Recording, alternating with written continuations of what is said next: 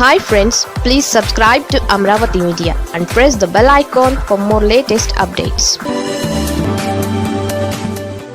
Lokesh hype కాస్త డిఎస్సితో ఢమాల్. చంద్రబాబు ప్రభుత్వం సరిగ్గా 2 ఏళ్ల క్రితం ఇదే రోజు కొలువుదీరింది. ప్రభుత్వంలో ముఖ్యమంత్రి చంద్రబాబు కంటే శక్తివంతమైన నాయకుడిగా మంత్రి నారా లోకేష్ రోజురోజుకు బలపడుతూ వచ్చారు. ఐటీ, విద్యాశాఖ మంత్రిగా లోకేష్ అధికారికంగా బాధ్యతలు స్వీకరించారు. అయితే అన్ని శాఖలను తన గుప్పెట్లోనే లోకేష్ పెట్టుకుని అధికారం చలాయిస్తున్నారనేది జగమెరిగిన సత్యం. ఈ 2 ఏళ్లలో లోకేష్ ఆడిందే ఆట, పాడిందే పాటగా నడుస్తూ వచ్చింది. కాలం ఎంత బలమైందో లోకేష్ విషయంలో మరోసారి రుజువైంది. ప్రతి దాంట్లో తానున్నానని తలదూర్చే లోకేష్ తన సొంత శాఖలో సమస్య తలెత్తితే మాత్రం అసలు నోరు మెదపడం లేదు. డిఎస్సి పేపర్ లీక్ అయిందని, స్పోర్ట్స్ కోటాలో పెద్ద ఎత్తున అక్రమాలు జరిగాయనేది వైసీపీ ప్రధాన ఆరోపణ. ఈ విషయమై వైసీపీ పెద్ద యుద్ధమే చేస్తోంది. డిఎస్సిలో అక్రమాలు జరిగాయనే తమ ఆరోపణల్ని నిరూపించేందుకు అనేక ఆధారాలని ప్రజల ముందు ఉంచడంలో మాజీ ముఖ్యమంత్రి వైఎస్ జగన్మోహన్ రెడ్డి సక్సెస్ అయ్యారు. డిఎస్సి అక్రమాలపై ఇప్పటికే వైసీపీ విద్యార్థి యువజన విభాగం పెద్ద ఎత్తున పోరాటం చేసింది. ఇంతటితో వ్యవహారం సర్దుమణిగిందని కూటమి ప్రభుత్వం అనుకుంటున్న తరుణంలో మరోసారి వైఎస్ జగన్ మీడియా ముందుకొచ్చారు. డిఎస్సిలో అక్రమాలు జరిగాయంటూ వైఎస్ జగన్ చెప్పిన తీరు ఆకట్టుకుంది. అక్రమాల తీరును ఎండగట్టే క్రమంలో చంద్రబాబు సర్కార్కు జగన్ చురకలు అంటించారు. డిఎస్సి అక్రమాలపై వైఎస్ జగన్ ఆరోపణలపై స్పందించాల్సిన ప్రధాన బాధ్యత విద్యాశాఖ మంత్రి నారా లోకేష్ పై ఉంది.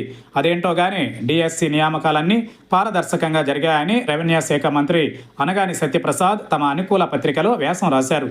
అలాగే హోంశాఖ మంత్రి వంగలపూడి అనిత డిఎస్సిలో అక్రమాలు జరిగాయన్నందుకు మరోసారి జగన్పై అసహనం వ్యక్తం చేశారు. విద్యా, యువజన సర్వీసుల శాఖ ఉన్నతాధికారులు మీడియా ముందుకొచ్చి సర్కస్ ఫీట్లు వేశారు.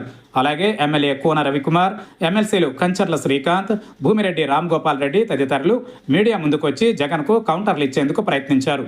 జగన్ దెబ్బతో కూటమి విలవిల్లాడుతోందని అధికార పార్టీల నేతల కలవరమే చెబుతోంది.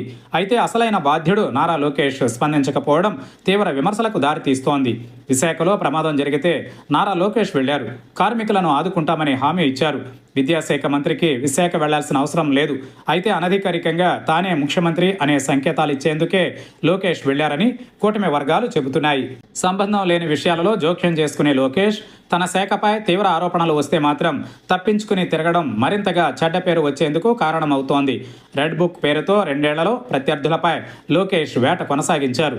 అలాగే రాష్ట్రానికి పెట్టుబడులను ఆకర్షించేందుకు దేశ విదేశాలలో లోకేష్ విస్తృతంగా పర్యటించారు. లోకేష్ కృషి ఫలితంగానే కొన్ని పెట్టుబడులు వచ్చాయి. లోకేష్ను స్వయంగా ముఖ్యమంత్రి చంద్రబాబు అభినందించారు. అలాగే ప్రభుత్వానికి సంబంధించి ఇతరత్రా నిర్ణయాలలో లోకేష్ కీలక పాత్ర పోషిస్తూ కూటమి నేతల ప్రశంసలు అందుకుంటున్నారు. టీడీపీ వర్కింగ్ ప్రెసిడెంట్గా ప్రమోషన్ పొందారు. సీఎం సీట్లో లోకేష్ను చూడాలని టీడీపీలో యువ నాయకత్వం కోరుకుంటోంది. ఇలాంటి తరుణంలో డిఎస్సి విషయంలో లోకేష్ బాధ్యత వహిస్తున్న విద్యాశాఖపై నీలి నీడలు అలుముకున్నాయి.